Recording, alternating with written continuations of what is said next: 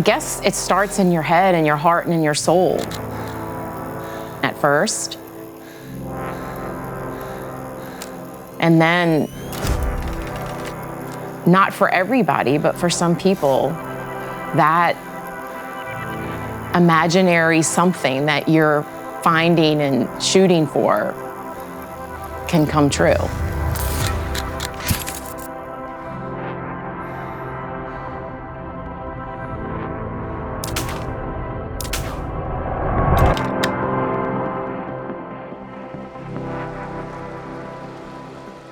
It's a mud bug. Live in the mud. They live in the mud.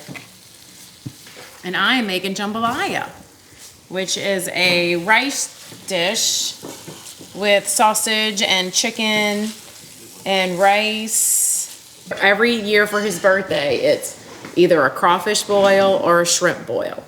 Last year we did both. Yeah, some of the memories may be a little fuzzy because it's been a bit of a whirlwind for us, for sure.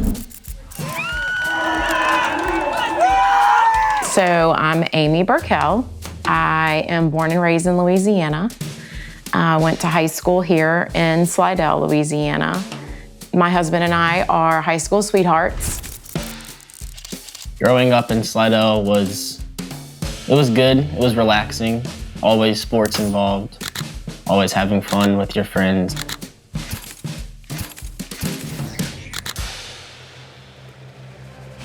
Dude, look at all the pollen on these things. Peyton is one of the kindest kids you will ever meet. He thinks about everyone else before he thinks of himself. He never wanted to be like anything in the spotlight. He didn't want people to talk about him. He just kind of wanted to do his own thing. I see that in him to this day as a cyclist. He likes to fight and work for others. It's just who he is. He's the kid that wants to cause havoc for the other person or for your friend or your teammate to shine.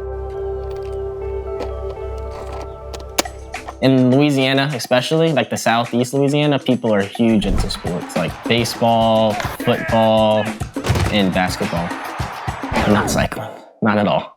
Whenever people heard about me cycling, they didn't really take it serious or think it was anything, but as time went on, they kind of understood more about it and like what you could do with cycling, and they seem to think it's pretty cool now and it's different.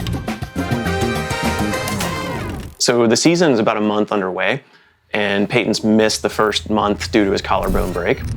He'll be back, he'll be raging. It's super frustrating because you see everybody else racing right now and training and getting better. But small things, you can't act like it's gonna change your whole career.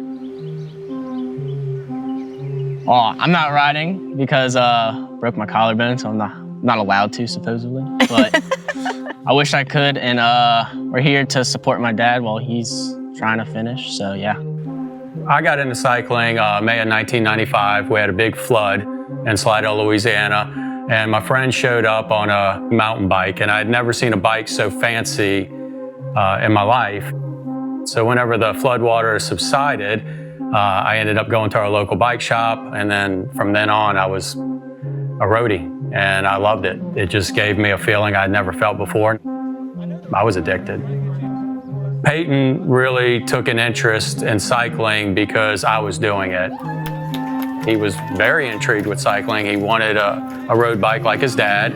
And at first I wanted him to have nothing to do with it. I've had my fair share of crashes and injuries, and I didn't want my child, especially that young, to have to go through that. And well, he asked Santa Claus for it, and that was it. You know, as a dad, it's the greatest thing for your children to want to be with you and hang out. I don't know. It was really hard. Yeah, exactly, right? In the beginning, it was terrifying and I didn't like it at all. But then once I started to learn and push myself like harder to try to like be in the front and be in the race and not just a part of the race, when I was 15, that all kind of popped into my head and gave me a lot of motivation and drive to see how far I could go with this. His desire to become a successful cyclist is, I think it really comes from seeing these guys, seeing their training plans, understanding that they're normal people. They weren't born superhuman. Seeing people achieve their goals and him saying, you know what, I can do that. Like what that guy did, I can do. So I think that that's really where the desire to really go after this career came from.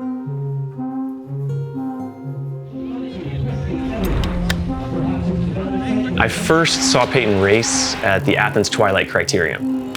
Here comes this boy in a plain black jersey out of Louisiana who never left the top 5 of the field every lap they came through.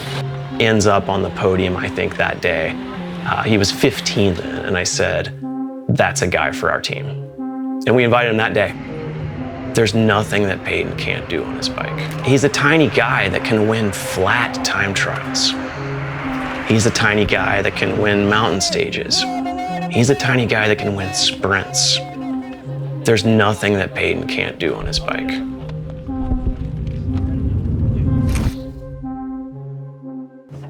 Last year, Peyton came to his dad and I and said, I can't get all the training in the flats here in Louisiana. I just can't.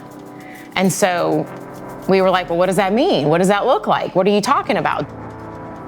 He's like, Mom, that means that I need to not go to traditional school anymore, and I really need to do virtual school, and I need to move to Greenville. I made the sacrifice of leaving my family and my friends to move out somewhere else to live my dream, and so that's just what you kind of have to do nowadays, is move away to become the best. Small sacrifices for big results. He'll be 18 soon, but you know, it's still, as a parent, is a little concerning. People over there probably think, wow, does this kid have any parents? I mean, they just drop him off. But Peyton does have a lot of maturity for his age. I mean, he's still a teenager, don't get me wrong. But whenever it comes to taking care of business, being safe, and doing what's necessary, you know, we have a lot of confidence in him. But yeah, it was very, very hard at first.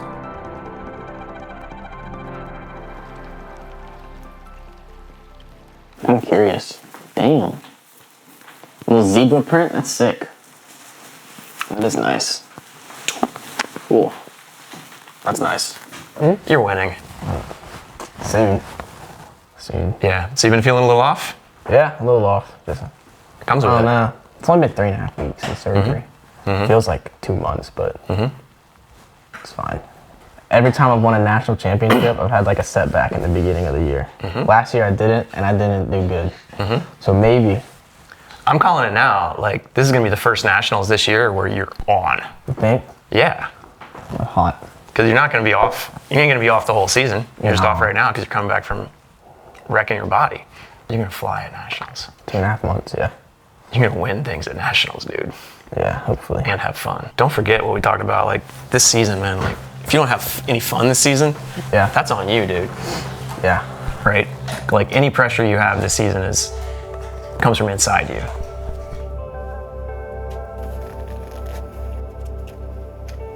Sometimes I do worry that I'm not gonna go pro because you don't know what's gonna happen. So you just gotta take day by day and not think about a year from now because it's out of control. It is stressful watching him chase his dreams, but it's also very satisfying. Whenever you see that he's happy with his results, that he's happy with what he's doing, that he's happy with the process, that to me is the best, is he's just happy. Seeing your child live a dream, that there is no sacrifice. I don't have any regrets. Bicycle racing ultimately doesn't matter. Being a good human, developing your skill set, developing tenacity, developing resilience, developing manners, developing communication skills, that's what matters.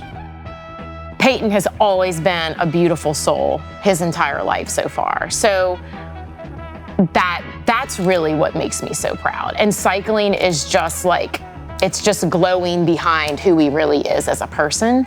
And I think the cycling world is going to benefit from seeing who Peyton really is, because he's more than just someone that can ride a bike.